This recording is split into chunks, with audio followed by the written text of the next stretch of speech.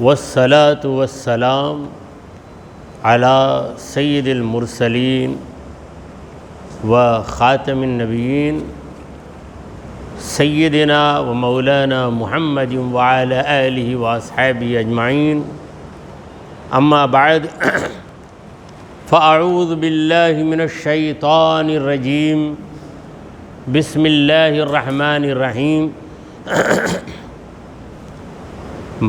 مثل الذین ينفقون اموالهم فی سبیل اللہ كمثل حبة انبتت 7 سنابل في كل سنبلة 100 حبة واللہ یضاعف لمن یشاء واللہ واسع علیم، صدق اللہ مولانا العظیم۔ حاضرین محفل، السلام علیکم ورحمۃ اللہ وبرکاتہ۔ اللہ رب العزت جل وعلا کی ہم پر بڑی مہربانی ہے کہ اس نے ہمیں پیارے آقا مدنی داتا سرور انبیاء شافی یوم جزا محمد الرسول اللہ صلی اللہ تعالی علیہ وآلہ وسلم کی بابرکت امت میں پیدا فرمایا۔ حضرات گرامی، جس آیت مبارکہ کی تلاوت کا میں نے شرف حاصل کیا ہے وہ سورہ بقرہ کی 261ویں آیت ہے، 260 پر 1ویں آیت، اور اسی آیت سے سورہ بقرہ کا 36واں رکوع شروع ہو رہا ہے۔ 35 رکوع ختم ہو گئے، اب 36واں 30 پر 6واں رکوع شروع ہو رہا ہے۔ پروردگار عالم فرما رہا ہے مثل الذین ينفقون اموالهم فی سبیل اللہ، اللہ کے راستے میں اپنے مالوں کو جو لوگ خرچ کرتے ہیں ان کی حالت، ان کی کیفیت کیا ہے؟ کمثل حبۃ، ایک دانے کی طرح ہے، انبتت 7 سنابل، ایک دانہ زمین میں جا کر 7 بالیاں نکالتا ہے، 7 خوشے نکالتا ہے، فی کل سنبلۃ 100 حبہ، ہر بالی کے اندر 100 دانے ہوتے ہیں، تو ایک دانہ گیا تو 700 دانے آگے۔ واللہ یضاعف لمن یشاء، اللہ تعالیٰ جسے چاہے اور زیادہ دیتا ہے۔ واللہ واسع علیم، اللہ کشادگی والا، جاننے والا ہے۔ یہ اس آیت کے لفظوں کا ترجمہ رہا، سیدھا سادہ ترجمہ، لفظ با لفظ ترجمہ۔ اس آیت میں پروردگار عالم ان لوگوں کا ذکر کر رہا ہے جو خرچ کرتے ہیں۔ خرچ کرنے کو عربی زبان میں انفاق کہتے ہیں۔ تو یہ 2 لفظ ہیں، ایک نفاق ہے، ایک انفاق ہے۔ نفاق بڑا برا لفظ ہے، انفاق بڑا پیارا لفظ ہے۔ نفاق جس میں آ جائے وہ منافق ہو جاتا ہے، انفاق جس میں آ جائے وہ منافق نہیں رہ سکتا۔ تو جو اپنا مال خرچ کرتا ہے اللہ اور اس کے رسول کے لیے، تو اس کا صاف صاف مطلب یہ ہوا کہ وہ منافق نہیں ہے، اس کے دل میں مال و دولت کی محبت نہیں، اللہ اور اس کے رسول کی محبت ہے۔ اور جو خرچ کرنے میں ہاتھ روک لیتا ہے، انفاق نہیں کرتا، تو اس کے دل میں مال و دولت کی محبت زیادہ ہے، اللہ اور اس کے رسول کی محبت نہیں۔ یہ ایک عام اور معمولی قاعدہ ہے۔ تو جو لوگ خرچ کرتے ہیں اپنے مالوں کو، دیکھیں مال یہ میل کی طرح ہے، اس کا حق ادا کر دینا چاہیے، بار بار اس کو صاف کرنا چاہیے۔ تو مال کی صفائی کیا ہے؟ مال کی صفائی ہے زکوٰۃ۔ آپ زکوٰۃ دے دیتے ہیں تو آپ کا مال صاف ہو جاتا ہے۔ اور زکوٰۃ کے علاوہ دیگر خیرات صدقات کرتے ہیں تو آپ کا مال صاف ہونے کے بعد چمکنے دمکنے لگ جاتا ہے۔ تو ہم اپنے مال کو بچا بچا کر رکھیں گے تو یہ مال ہمیں کچھ فائدہ دینے والا نہیں ہے، اسے خرچ کریں گے تو ہی فائدہ دے گا۔ اس کی مثال یہ ہے کہ آپ کے سامنے پانی ہے، بادام ہے، اخروٹ ہے، ساری چیزیں ہیں، مگر آپ پانی نہیں پیتے۔ پیاس لگتی ہے مگر آپ پانی نہیں پیتے، تو اس پانی سے آپ کو کیا فائدہ ہے؟ وہ پانی آپ نے بھر کے رکھا ہے اسی لیے کہ آپ اسے پی کر اپنی پیاس بجھائیں۔ تو جو احمق ہوگا وہ پانی نہ پی کر لاغر اور کمزور ہو جائے گا اور دل ہی دل میں سوچے گا کہ میں نے پانی کو بچا لیا ہے۔ اسی طرح کوئی کمزور ہے، کمزور آدمی، بعض ایسے ہوتے ہیں کہ خود تو خرید کر نہیں کھا سکتے مگر دوسرا خرید کر دے تو شوق سے کھا لیتے ہیں، اور بعض ایسے ہیں کہ دوسرا خرید کر بھی دے تو لے کے بچا بچا کے رکھتے ہیں۔ ایک بخیل ہے، بیمار بھی ہے، اس کا رشتہ دار دیکھتا ہے کہ اتنا کمزور ہو گیا ہے، چلو بھئی ذرا مقوی غذائیں لیں گے، قوت پیدا کرنے والی غذائیں لیں گے۔ چند بادام لیا، چند اخروٹ لیا، چند پستے لے کر کہا کہ اسے روزانہ کھاؤ اور دودھ پیو تاکہ تمہاری کمزوری دور ہو جائے، تو بڑی خوشی سے لے کے رکھ لیا۔ 10 دن کے بعد آ کر پوچھا کیا کرے، کھائے کیا؟ نہیں، جو کہ تم کھانے دل نہیں ہوتا۔ کیوں؟ کھایا تو کم ہو جائے گا نا، ایک ڈبہ بھر کر ہے بادام، اگر کھا لیا تو کم ہو جائے گا۔ نہ خود کھاتا، نہ بچوں کو کھلاتا، نہ کسی کو قریب ہونے نہیں دیتا، کسی کو قریب ہونے بھی نہیں دیتا، تو ایسے آدمی کے بارے میں ہم کیا کہیں گے؟ ہم یہی کہیں گے کہ چیز جس کام کے لیے تیار ہوئی ہے اس کام میں نہ لا کر وہ چیز کو بھی برباد کرتا ہے، خود بھی برباد ہوتا ہے۔ اسی طرح اللہ تبارک و تعالیٰ نے اگر دولت دے رکھی ہے تو اسے جوڑ جوڑ کر رکھنے سے کیا فائدہ؟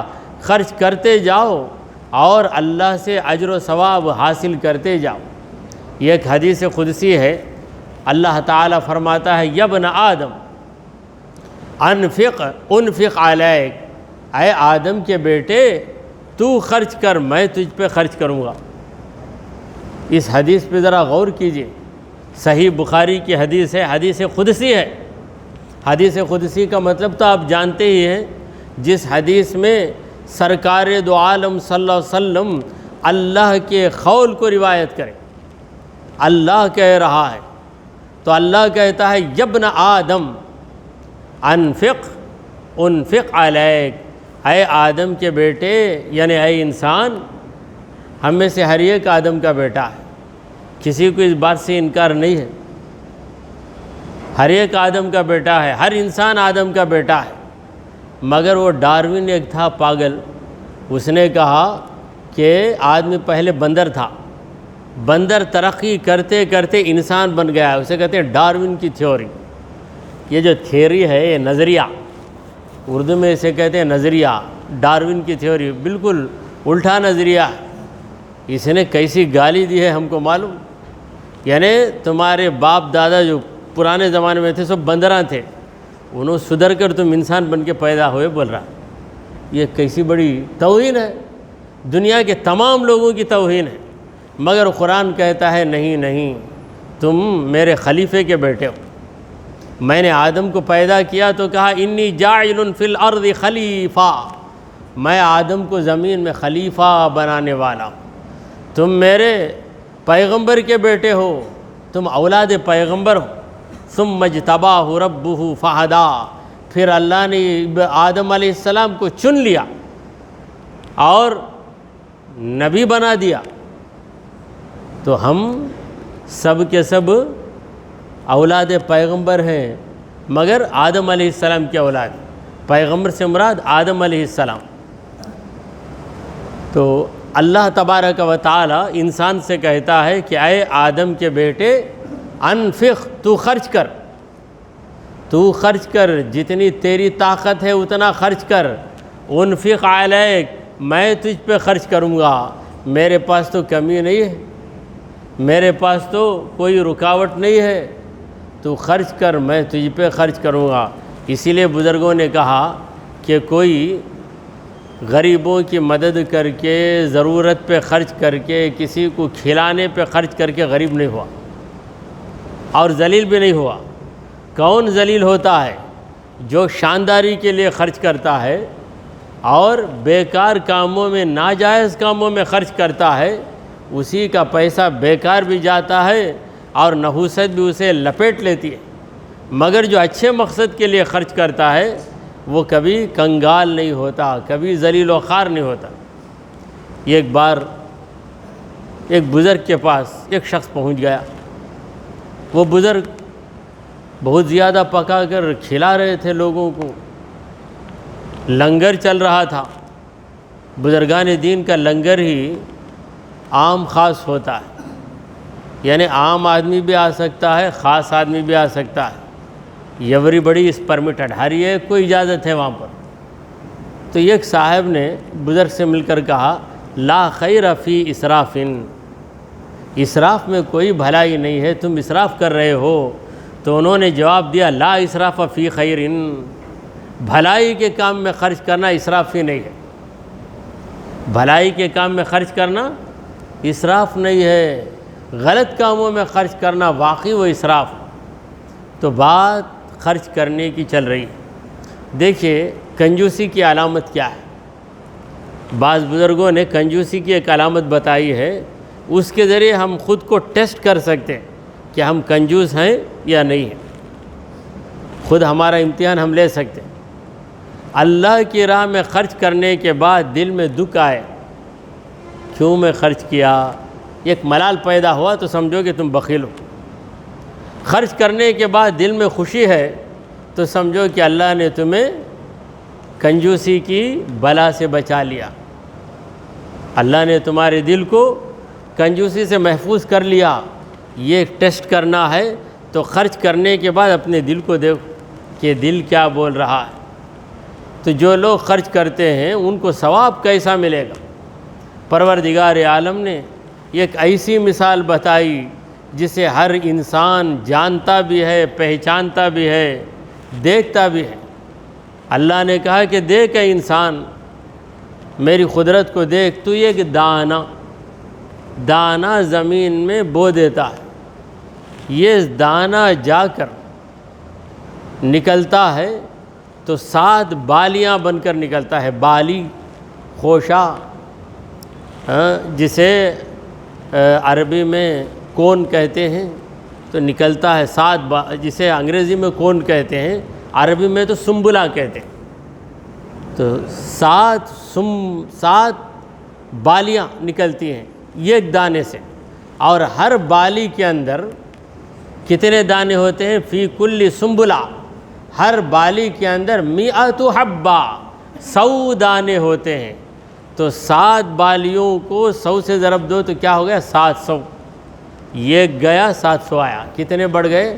699، 690 پر 9 دانے بڑھ کر آ گئے۔ دیے تھا زمین کو، آپ نے دیا تھا ایک دانہ، اور جب زمین سے اگے تو 700 دانے اگے۔ بس یہی ہے مثال تمہاری خیرات کی، تم جتنا دیتے ہو اتنا زیادہ لیتے ہو۔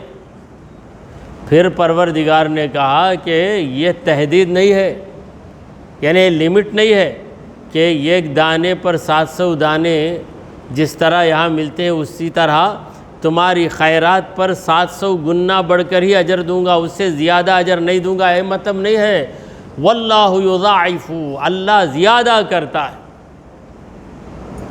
ڈبل کرتا ہے، بڑا کر دیتا ہے، لمن یشاء، جسے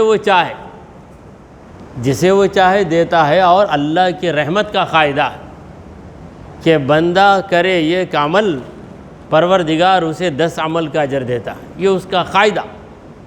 قرآن مجید میں اللہ نے اپنی مہربانی، اپنی رحمت کا قاعدہ بتایا، من جاء بالحسنہ، جو نیکی لے کر آئے گا ہمارے پاس، فَلَهُ عَشْرُ أَمْثَالِهَا، تو اسے ہم 10 گنا بڑھ کر اجر دیں گے۔ یہ ایک نماز پڑھے گا 10 نمازوں کا ثواب، 5 نمازیں پڑھے گا تو 50 نمازوں کا ثواب۔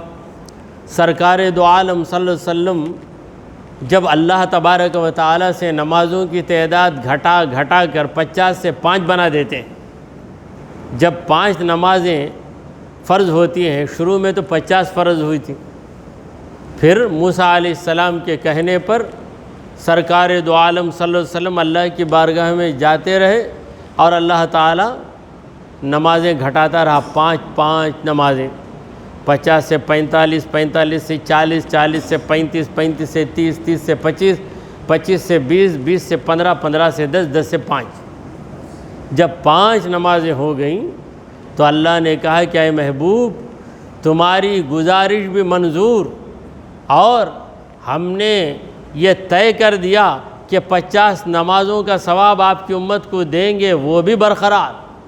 آپ کا امتی 1 نماز پڑھے گا 10 نمازوں کا ثواب، 5 نمازیں پڑھے گا تو 50 نمازوں کا ثواب۔ لا یبدل القول لدی، میری بات بدلتی نہیں، میں 50 جو کہہ دیا، اور میرے مصطفیٰ تمہاری بات بھی رد نہیں کی جاتی، تمہاری بات بھی رہے گی، میری بات بھی رہے گی، تمہاری بات محنت کو گھٹا دے گی اور میری بات ثواب کو برقرار رکھے گی۔ 50 نمازوں کا ثواب ہر نمازی کو ملتا ہے، کیونکہ اللہ کا قاعدہ ہے من جاء بالحسنہ فلہ عشر امثالھا، جو ایک نیکی لے کے ہمارے پاس آئے گا ہم اسے 10 نیکیوں کا اجر و ثواب دیں گے۔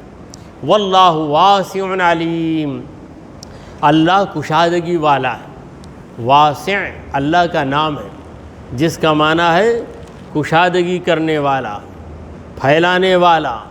پروردگار عالم جب وسعت دیتا ہے تو آدمی کو اتنا مل جاتا ہے کہ آدمی خود شمار نہیں کر سکتا کہ اسے کتنا ملا ہے۔ اسی لیے بزرگوں نے کہا کہ اگر کوئی اپنی زندگی میں تنگی محسوس کر رہا ہے، پیسوں میں تنگی ہے، کمائی میں تنگی ہے، تو اللہ کے اسم یا واسع اس کا ورد کرے، کم از کم 100 مرتبہ یا واسع پڑھ لے، یا واسع یا اللہ، یا واسع یا اللہ۔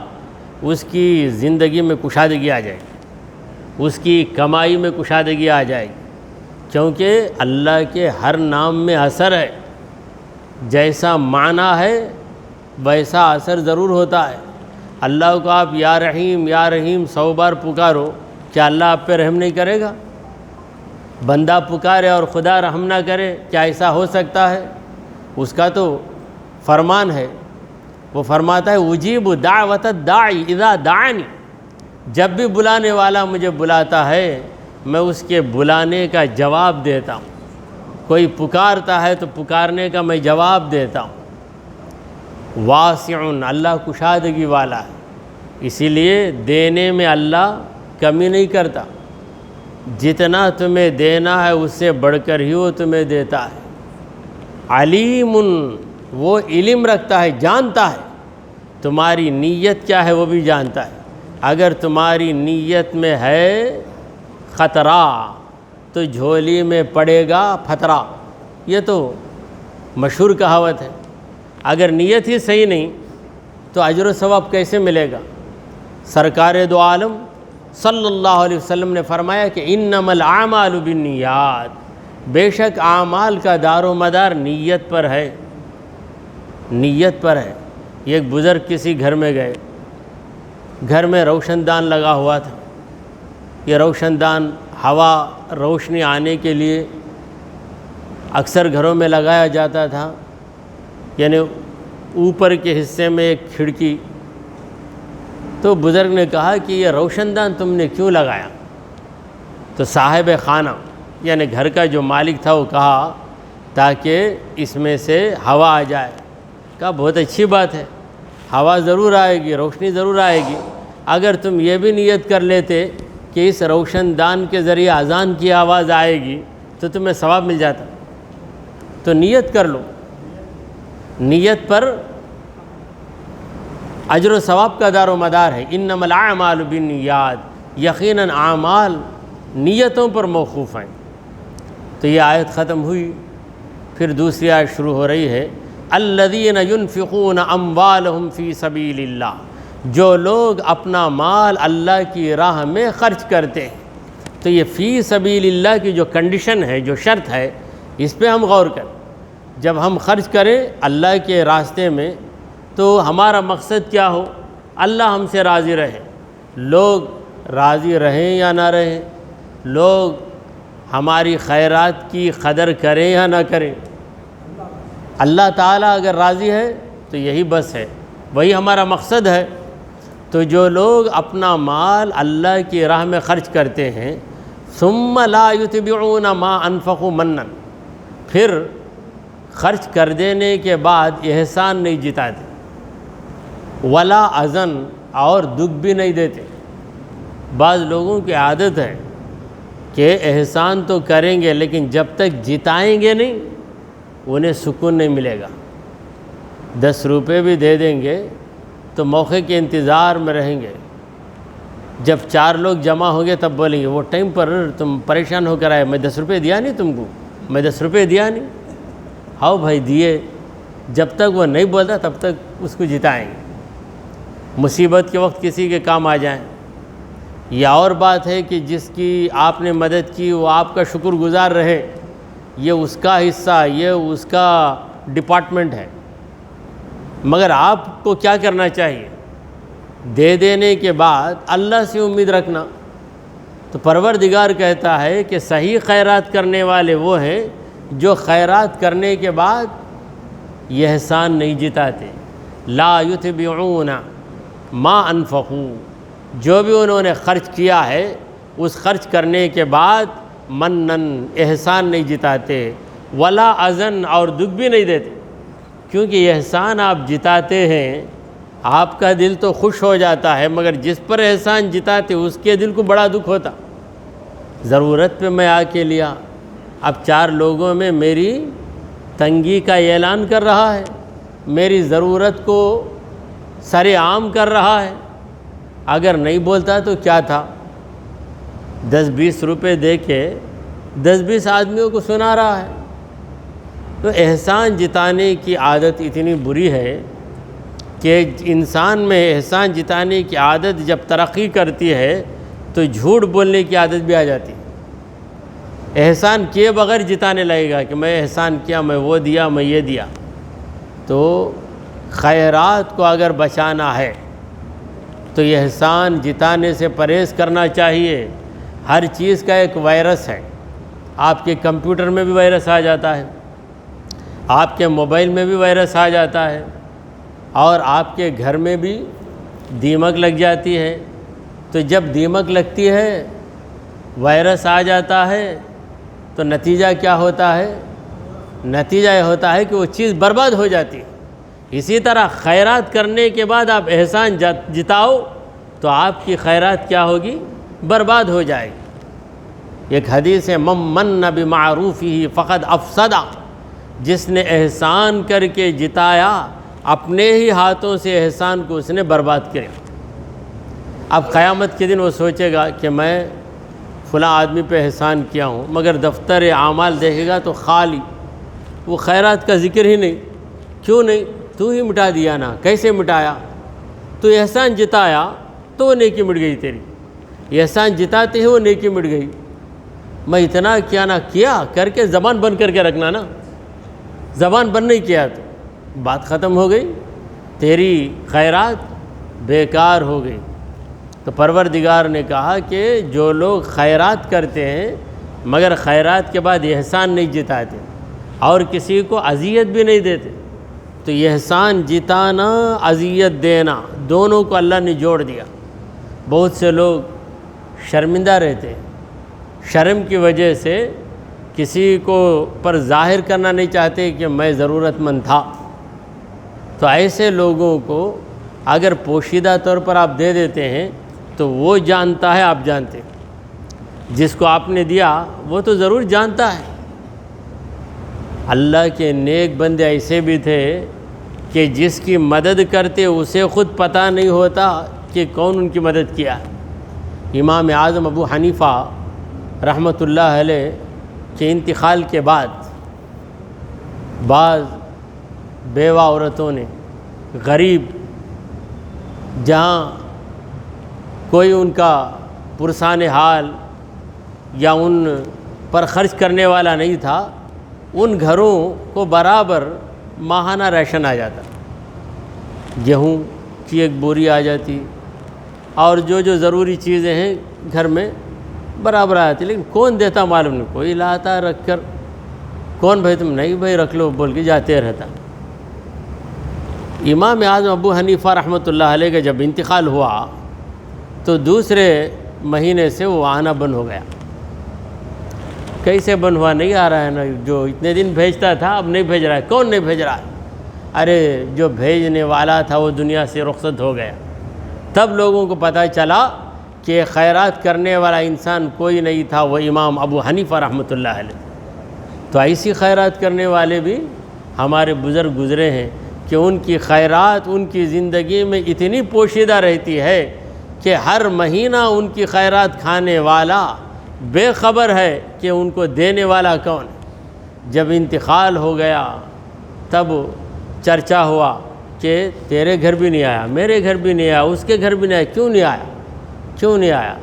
بعد کسی عقل مند نے کہا کہ دیکھو کب سے نہیں آیا نوٹ کرو، جب سے ان کا انتقال ہوا تب سے نہیں آیا۔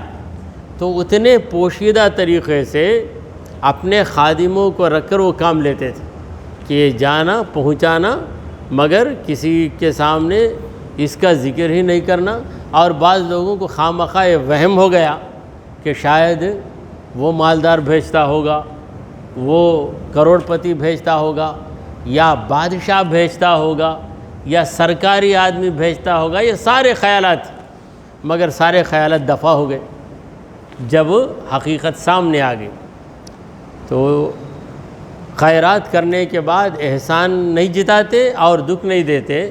لہم اجرہم عند ربہم، ان کے لیے ان کا اجر ثابت ہے ان کے رب کے پاس۔ اگر اجر کو برقرار رکھنا ہے تو یہ احسان نہیں جتانا ہے۔ یہ احسان جتائیں گے تو پھر کیا ہوگا؟ وہ اجر و ثواب ختم ہو جائے گا۔ ولا خوف علیہم ولا ہم یحزنون، جو اس طریقے سے خیرات کرتے ہیں کہ خیرات دینے کے بعد جس کی مدد کی تھی اس کو بھول گئے، رب کی طرف متوجہ ہو گئے کہ اے پروردگار تیری توفیق سے میں خیرات دیا، اتنا تو مجھے قابل بنا دیا کہ میں تیرے بندے کی مدد کیا، پھر مجھے اس قابل بنا کہ تجھ سے میں اجر لے سکوں۔ یہ حصہ تو ہو گیا، دوسرا حصہ باقی ہے۔ اجر و ثواب کب ملے گا؟ جب اللہ قبول کرے گا۔ تو اللہ کی طرف متوجہ رہ کر اللہ سے قبولیت کی فریاد کرتے رہنا چاہیے۔ تو جو لوگ اس طرح خیرات کرتے ہیں ان کی حالت میدان محشر میں کیا ہوگی؟ ولا خوف علیہم، ان پر کوئی خوف نہیں رہے گا، بے خوف و خطر رہیں گے وہ، کیونکہ رب نے ان کو پسند کر لیا ہے۔ ولا ہم یحزنون، اور وہ غم زدہ بھی نہیں رہیں گے۔ اسی پر اکتفا کرتے ہوئے دعا کیجئے کہ پروردگارا ہم نے جو کچھ کہا اور سنا اسے قبول فرما لے۔ اے اللہ ہمارے گناہوں کو معاف فرما، ہماری خطاؤں کو درگزر کر دے۔ اے رب کریم ہم پر تیری رحمت نازل فرما۔ اے اللہ ہمیں تیری راہ میں خرچ کرنے کی توفیق عطا فرما۔ اے پروردگار ریاکاری سے ہمیں بچا لے، یہ احسان جتانے کی جو بری عادت ہے اس سے بھی ہمیں بچا لے۔ اے رب کائنات ہمارا خاتمہ ایمان کی حالت پہ فرما۔ وصلی اللہ تعالی علی خیر خلقہ سیدنا و مولانا محمد وعلی آلہ واصحابہ اجمعین۔ الفاتحہ۔